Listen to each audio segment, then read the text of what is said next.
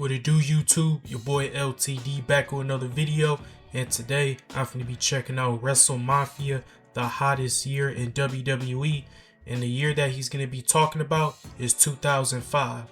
And I will admit, 2005, I don't think this year really gets enough credit.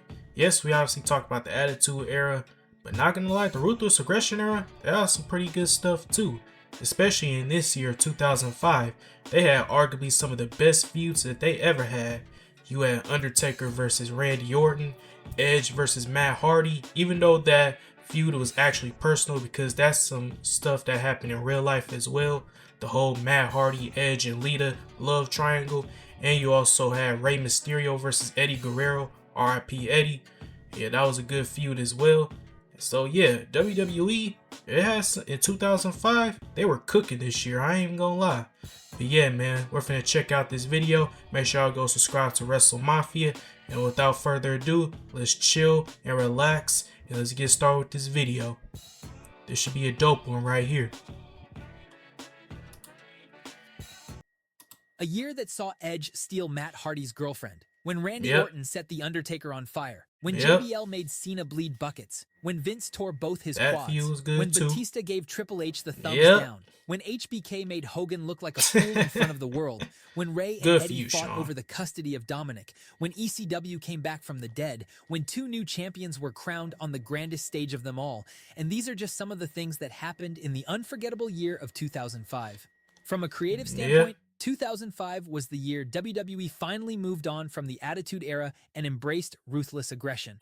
The company had spent 3 years rebuilding after losing icons like The Rock and Austin.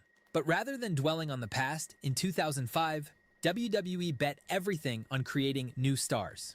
The year had controversial storylines, personal angles, and two men in particular. The only time we needed Vince McMahon back for creative was this moment right here. Would rise to the top and change WWE for years to come.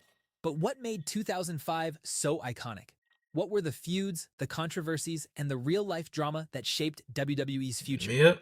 Let's turn back the clock and revisit the hottest year in WWE history.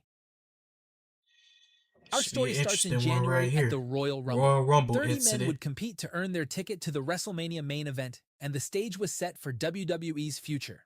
The final two competitors were Batista and John Cena, both men being groomed as the next big thing in WWE. The match was supposed to end with Batista eliminating Cena and earning his WrestleMania title shot.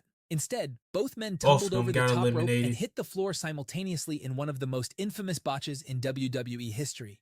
Referees panicked, producers scrambled, and then, in a moment that became legendary for its absurdity, Vince McMahon stormed to the ring to restart the match. As the boss slid under the ropes, he tore both of his quads. Unable to stand. Not gonna lie, Vince's facial expression could tell you that something was up. And what was up? He tore both of his quads. This will forever be the funniest shit that I have ever seen. This guy tore both of his quads while getting inside the ring. That's how pissed off he was. You could tell the look on his face too. He was like, oh shit, think I just tore both of my quads. And McMahon was forced to sit in the ring barking orders while his legs dangled beneath him. The visual was unintentionally hilarious, but the show had to go on. Batista won the restarted match as planned. But the real drama came in the following weeks as Triple H tried desperately to manipulate his protege. Heading into 2005, Triple H's reign of terror had suffocated Raw for over 2 years. Despite delivering some memorable matches, the game's stranglehold on the World Heavyweight Championship had grown stale. Meanwhile, his Evolution stablemate Batista was showing signs of independence, and fans were ready to see the animal break free. Great the game attempted to convince Batista to challenge JBL for the WWE Championship on SmackDown instead, allowing Evolution to control both brands. The Puppet Master pulled every string he could, but on the February 21st episode of Raw, Batista finally snapped. He gave Triple H the thumbs down, powerbombed him through a table, and completed his babyface turn. The stage was set for WrestleMania 21, where after 2 years of dominance, Triple H's reign of terror came to an end at the hands of his protege. The animal was unleashed, and he had taken over as the king of the jungle. But while Batista's rebellion dominated Raw's main event scene, another Evolution member was stuck in a fight against the Dead that had changed the landscape of WrestleMania forever. This feud right here, great as well. Like I said in the beginning of the video, not gonna lie, this feud really saved Randy's career because he really wasn't doing much, especially after he lost the world title to Triple H, I believe. And then after that, he just became real stale. And he also had some behavior issues backstage as well in real life. So they basically needed something for him. And they had something for him in The Undertaker. This feud was so good, man. So good. After being kicked out of Evolution, Randy Orton spent months floundering in the mid-card scene on Raw. But heading into WrestleMania 21, Orton needed to make a statement. And what better way to make a statement than by conquering the Dead? The Legend Killer set his sights on the biggest legend of them all, The Undertaker and his undefeated WrestleMania streak. Before this, the streak hadn't always been marketed as the legendary spectacle it would later become. It hasn't. Before this, it was just a People number. didn't realize it was a streak until this moment right here. WWE made the conscious decision to transform Undertaker's record into a Mania spectacle. Orton was the perfect opponent for this new direction. Young, cocky, and desperate to cement his legacy, the Legend Killer believed he could accomplish what no one else had. He mocked Taker's legacy, RKO'd his own girlfriend, attacked other WWE legends, and at WrestleMania 21 in Los Angeles, Taker and Orton collided in a match that would set the template for every other streak match that followed. For over 14 minutes, Orton threw everything he had at the Dead Man. But in the end, The Undertaker stood tall and kept his WrestleMania legacy intact. Most rivalries would have ended there, but Orton's obsession with destroying The Undertaker had only just begun. After a brief hiatus due to a shoulder injury, Orton returned to WWE and was drafted to SmackDown, putting him on the same brand as the Dead Man. What followed was a descent into madness that showcased just how unhinged the Legend Killer could become. Orton wasn't content with simply beating The Undertaker. He wanted to end He wanted to unalive this nigga, bro. Escalated with each passing week. Orton and his father attacked the Dead Man at every opportunity. They tricked him at SummerSlam. They mocked him with retirement fund DVDs. They presented him with a casket containing a mannequin. And at No Mercy in October, the Ortons defeated Undertaker in a handicap casket match, stuffing the Phenom inside. But they weren't done yet. But that wasn't enough. They didn't make sure this motherfucker don't ever ever come back. Moments of the year, Orton drilled holes into the casket and then set it on fire with the Undertaker locked inside. For weeks, Orton reveled in his apparent victory, convinced he had finally ended the He was really trying to kill this nigga. Like, deadass. That's the reason why they call him the Legend Killer for a reason. Like, they were literally trying to kill The Undertaker. Undertaker's career. But the Dead Man doesn't die easily. Throughout the fall, supernatural occurrences began haunting Orton. The Undertaker returned from the grave, more powerful and vengeful than ever, tormenting Orton with mind games that drove the Legend Killer to the brink of a breakdown. The rivalry culminated at Armageddon inside Hell in a cell, where The Undertaker finally put the feud to rest with a definitive victory. The story of Orton's overconfidence and the Dead Man's resilience was one of the hottest feuds of the year.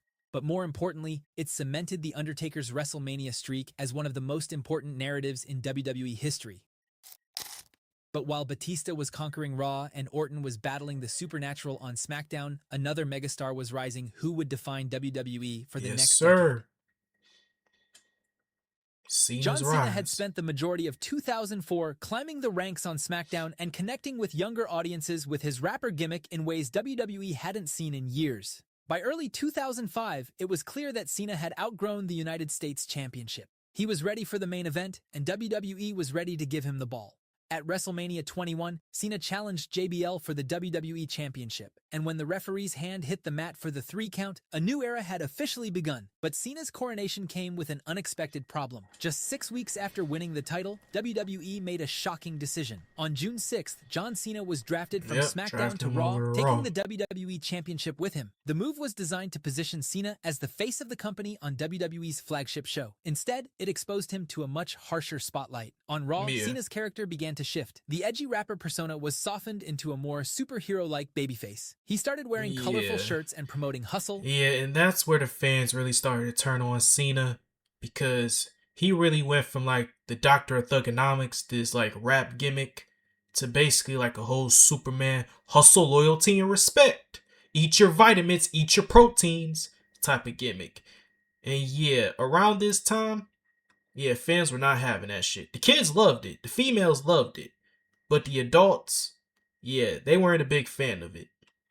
Loyalty and respect. Kids loved it. But the Yeah. hardcore fans hated it. Throughout Yeah. the summer and fall, Cena All the defended adult his fans title did not against like Chris him. Jericho and Kurt Angle in excellent matches, but the crowd reactions kept growing hostile. By the time Unforgiven rolled around in September, Cena was being loudly booed despite being the champion babyface. The company had created a star, but they hadn't anticipated the backlash. But while Cena continued his ascent on Raw, his future biggest rival was stuck in a love triangle that would take personal feuds to a new level. Yep, this was so good. Matt Hardy and Lita had been dating since 1999. By early 2005, Hardy was out with a knee injury and suggested that his girlfriend travel with their old friend Edge on the road to keep her company. Brother. Edge was married at the time and considered a trusted friend. Matt thought she'd be safe, but he was wrong. Edge and Lita began an affair behind Hardy's back. When Edge's wife discovered incriminating phone calls between the two, she informed Matt about the relationship. Heartbroken and furious, Hardy broke up with Lita and began dropping hints on his website about what had happened. The situation exploded into public view, and WWE's immediate response was to fire Matt Hardy. However, the decision backfired spectacularly. Fans rallied behind Hardy. They brought signs to WWE events. They were chanting, "We want Matt back." So intense that WWE had no choice but to bring Hardy back and turn the real-life drama into a storyline. On July 11th, Matt Hardy returned to Raw and attacked Edge backstage, it was on site, screaming that he was going to make his. And not gonna lie, I do not blame Matt Hardy, not even a single bit. Because not gonna lie, if I was in this situation, it was on site every time when I see your ass. No more talking. When I see you, it's up. That's it. Like, for real, I don't care if we in the motherfucking grocery store. I don't care if we in the goddamn hospital. It is on site. No matter where I see you at. Life a living hell. The worked shoots blurred reality and fiction in uncomfortable ways as both men referenced the affair openly on television. Lita called Matt obsessive. Edge claimed the situation was ruining his life. Matt admitted he'd been shopping for wedding rings before everything fell apart. The feud culminated in a series of matches at SummerSlam, Unforgiven, and Raw, with Edge winning the majority of them. In the end, Hardy lost a loser leaves Raw ladder match and was sent to SmackDown. Edge and Lita remained together on Raw, and their real-life relationship gave rise to one of the most hated couples in WWE history. Oh yeah, for sure. But if the Edge and Lita situation was personal, nothing could prepare fans for the soap opera that was about to unfold on SmackDown. Soap opera. Custody of Dominic, yep. Eddie Guerrero and Rey Mysterio were best friends. They'd won the WWE Tag Team Championships together earlier in the year. But Eddie, ever the master manipulator, had become consumed by jealousy. Rey kept beating him. Rey kept overshadowing him. And Eddie couldn't accept being second best. The breaking point came when Eddie brutally assaulted Rey and ripped his mask off on live television. What followed was a character transformation that showcased Eddie's incredible range as a performer. The Latino Heat became unhinged, desperate, and willing to do anything to destroy his former friend. This was some of Eddie's best work, At Judgment Day, Eddie beat up Rey with a steel chair. Damn. But that wasn't enough for Eddie. Eddie had a secret, one he'd been holding over Rey's head for weeks. Eddie finally revealed the truth that Rey Mysterio wasn't Dominic's biological father. Eddie claimed that years ago, when Rey couldn't have children, Eddie had given his son to the Mysterio family. Now, he wanted Dominic back. Custody papers were presented, social workers got involved, and at SummerSlam, the two competed in a ladder match where the winner would gain legal custody of the child. And wow, how things turned around real quick. Now, Dominic wishes that he was actually Eddie's son. I already know Rey regret this match every single day. For 15 minutes, Eddie and Rey delivered another excellent performance while a terrified Dominic watched from ringside. Vicky Guerrero, Eddie's real-life wife, ultimately betrayed her husband by pushing over the ladder, allowing Rey to grab the custody papers and keep his son. While the storyline was ridiculous on paper, but Eddie and Rey's performances were so committed, so emotionally raw, that fans couldn't look away. It remains one of the most talked-about angles in WWE history. Yeah. But while some storylines in 2005 pushed the boundaries of personal vendetta, others were based on pure wrestling excellence. HBK and Angle feud, this was good years, too. People had called Shawn Michaels the greatest wrestler in WWE history, and Kurt Angle was determined to prove that statement was a lie. Over the following weeks, Angle embarked on a mission to recreate and surpass all of Michaels' greatest moments. He made fun of HBK's iconic ladder match win. He brought back Marty Jannetty to mock the Rockers. He even dressed up as Michaels himself, complete with chaps, this was funny as hell. I ain't gonna and lie. a hilarious rendition of HBK's theme song. But when all the games were over at WrestleMania 21, the two finally collided in what many consider the greatest match in WrestleMania history. Great match. For 27 minutes, Angle and Michaels delivered a 5-star classic that justified every ounce of hype. Angle won with the ankle lock, but both men proved they belonged in the conversation as all-time greats. But following his loss to Angle, Shawn Michaels found himself in another dream match scenario, this one decades in the making. Oh, brother. Hulk Hogan, the immortal icon of the 1980s, had returned to WWE for a brief run.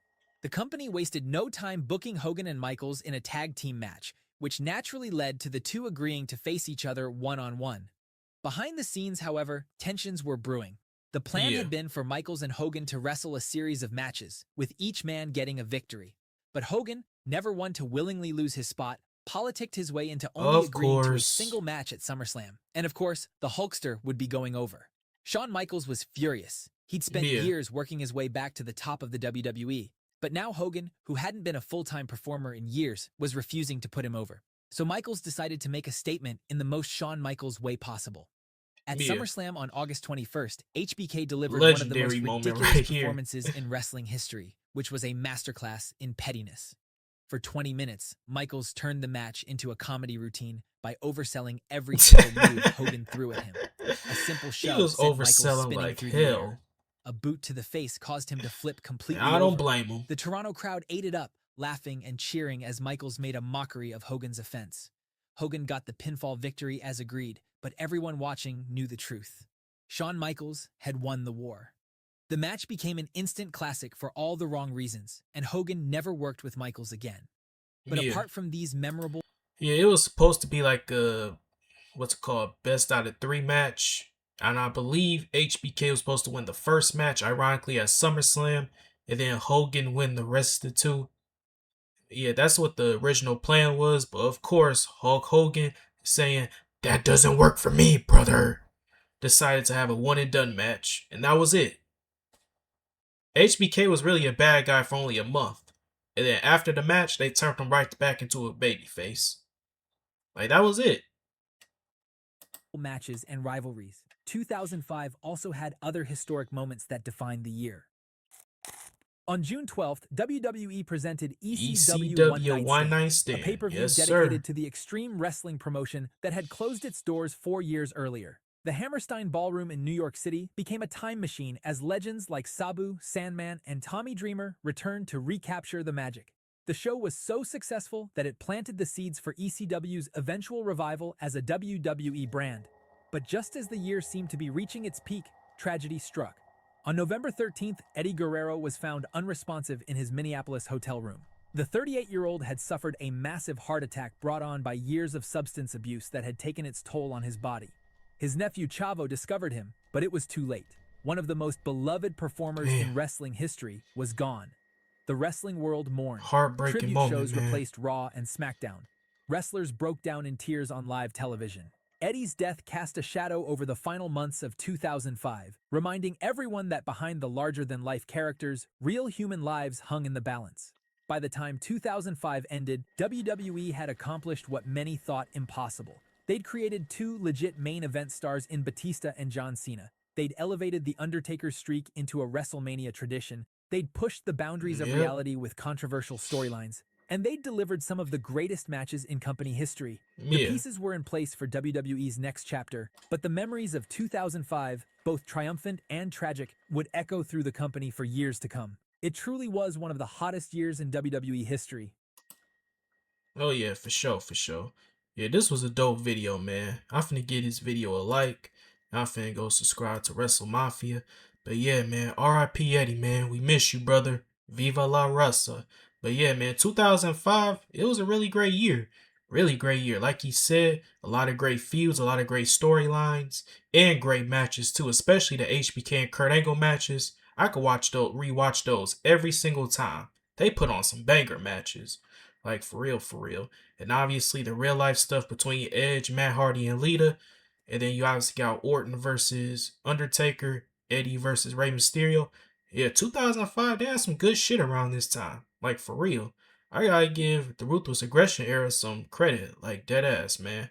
But comment down below, which era do y'all like better? And what y'all think about the year 2005? Make sure y'all hit that like button. Make sure y'all go subscribe to my channel. This your boy LTD signing out. Peace.